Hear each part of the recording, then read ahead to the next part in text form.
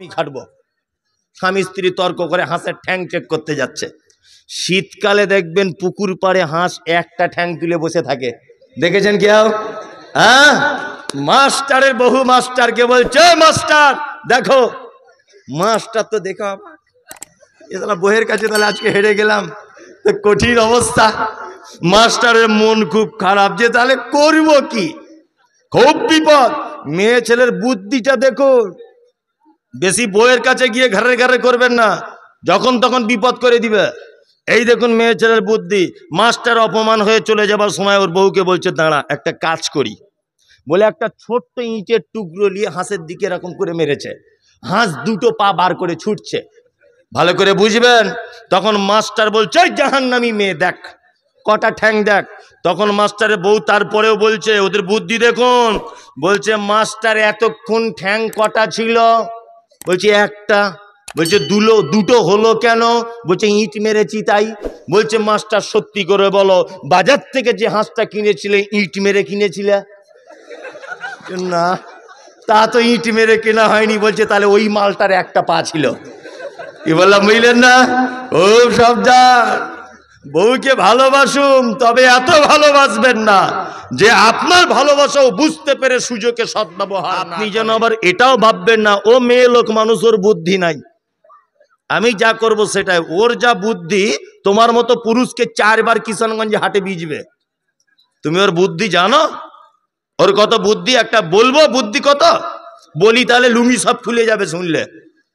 দেখুন ওর বুদ্ধিটা কত। একটা স্কুলের হেডমাস্টার, শীতের দিনে হাঁসের গায়ে চর্বি হয় না, হাঁস শীতের দিনে বেশি খায় লোক। তা মাস্টার ওর বহুকে বলছে এক কাজ করো না, একটা বাজার থেকে হাঁস কিনে আনি, জুত করে রান্না করো, আজকে খাবো।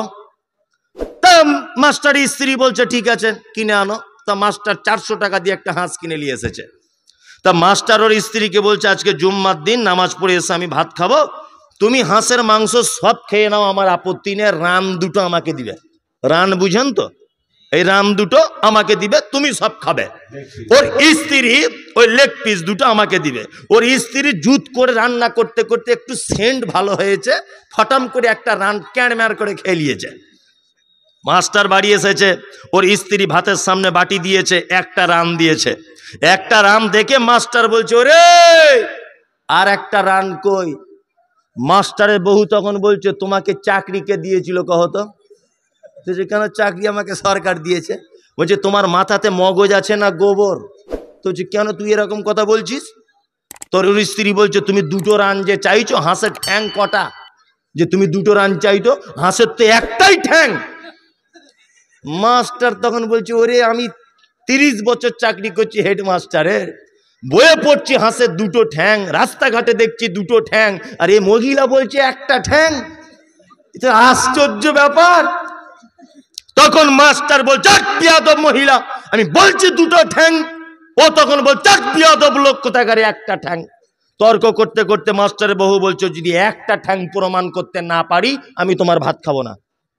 আর মাস্টার বলছে আমি যদি দুটো ঠ্যাং প্রমাণ করতে না পারি তা আমি বাকি জীবনের তোর গোলামি খাটবো। স্বামী স্ত্রী তর্ক করে হাঁসের ঠ্যাং চেক করতে যাচ্ছে। শীতকালে দেখবেন পুকুর পাড়ে হাঁস একটা ঠ্যাং তুলে বসে থাকে, দেখেছেন কেউ? হ্যাঁ, মাস্টারের বহু মাস্টারকে বলছে মাস্টার দেখো, মাস্টার তো দেখো বইয়ের কাছে তাহলে আজকে হেরে গেলাম, তো কঠিন অবস্থা। মাস্টারের মন খুব খারাপ যে তাহলে করবো কি, খুব বিপদ। মেয়ে ছেলের বুদ্ধিটা দেখুন, বেশি বইয়ের কাছে গিয়ে ঘাড়ে ঘাড়ে করবেন না, যখন তখন বিপদ করে দিবে। এই দেখুন মেয়ে ছেলের বুদ্ধি।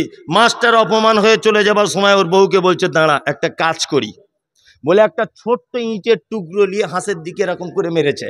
হাঁস দুটো পা বার করে ছুটছে, ভালো করে বুঝবেন। তখন মাস্টার বলছে জাহান্নামী মেয়ে দেখ কটা ঠ্যাং দেখ।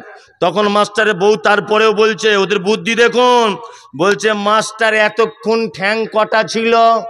বলছে একটা। বলছে দুটো হলো কেন? বলছে ইট মেরেছি তাই। বলছে মাস্টার সত্যি করে বলো, বাজার থেকে যে হাঁসটা কিনেছিলে ইট মেরে কিনেছিলে? না, তা তো ইট মেরে কেনা হয়নি। বলছে তাহলে ওই মালটার একটা পা ছিল। কি বললাম বুঝলেন না? ও সাবধান, বউকে ভালোবাসুন, তবে এত ভালোবাসবেন না যে আপনার ভালোবাসাও বুঝতে পেরে সুযোগে সদ্ব্যবহার না করে। আল্লাহ বলেছেন ও আজওয়াজুকুম, পৃথিবীতে যত ভালোবাসার জিনিস আছে, এক নম্বরে তোমার আব্বা মা তোমার ভালোবাসা, দ্বিতীয় নম্বরে তোমার ভালোবাসা তোমার ভাই, তৃতীয় নম্বরে ভালোবাসা তোমার স্ত্রী।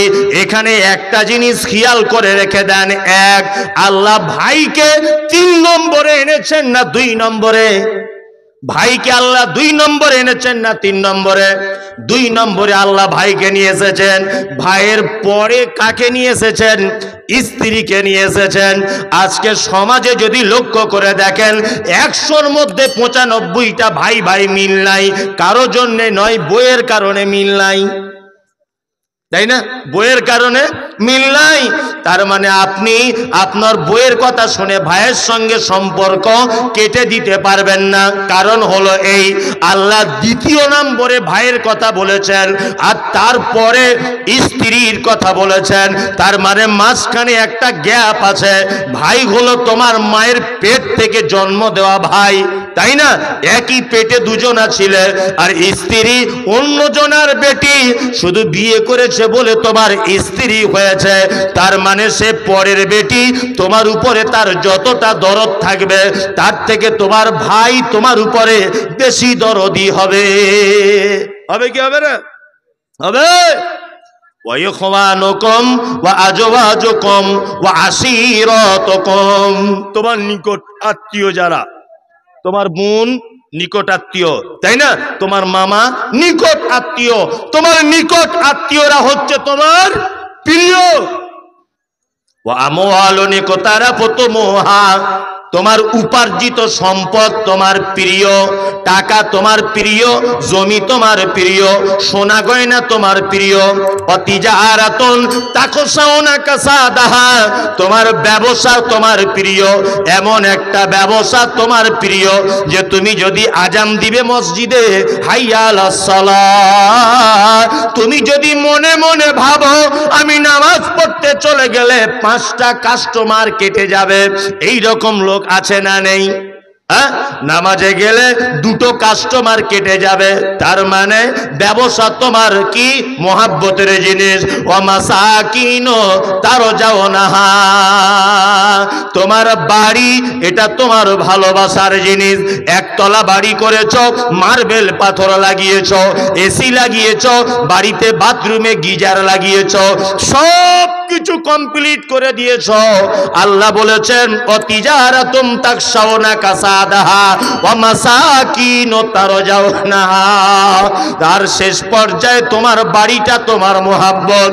আল্লাহ বলছে তোমার আব্বা, তোমার মা, তোমার ভাই, তোমার বেটা বেটি, তোমার স্ত্রী, তোমার ব্যবসা, তোমার বাড়ি, সব ভালোবাসাকে বাদ দিয়ে দিয়ে আহাব্বা ইলাইকুম মিনাল্লাহি ওয়া রাসূলিহি ওয়া জিহাদিন ফি সাবিলিহি, 3টে জিনিসকে বেশি ভালোবাসতে হবে।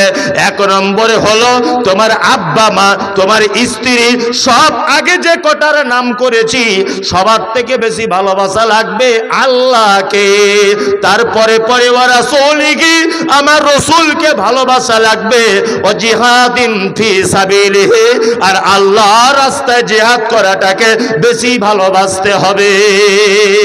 3টে জিনিসকে বেশি ভালোবাসা লাগবে। 1, সব ভালোবাসাকে বাদ দিয়ে ভালোবাসতে হবে কাকে? আল্লাহকে। আল্লাহকে ভালোবাসা লাগবে। জুম্মার দিনে নামাজ পড়ে, এমনি দিনে পড়ে না। ভাতিজা তুমি জুম্মার দিনে কেন এসেছো বলো? তখন বলছে যে আমি এসেছি এই কারণে আমার স্ত্রী খুব বকাবকি করে, পাড়ার লোক দেখলে খারাপ বলে, অন্য দোকানদাররা দেখলে খারাপ বলে।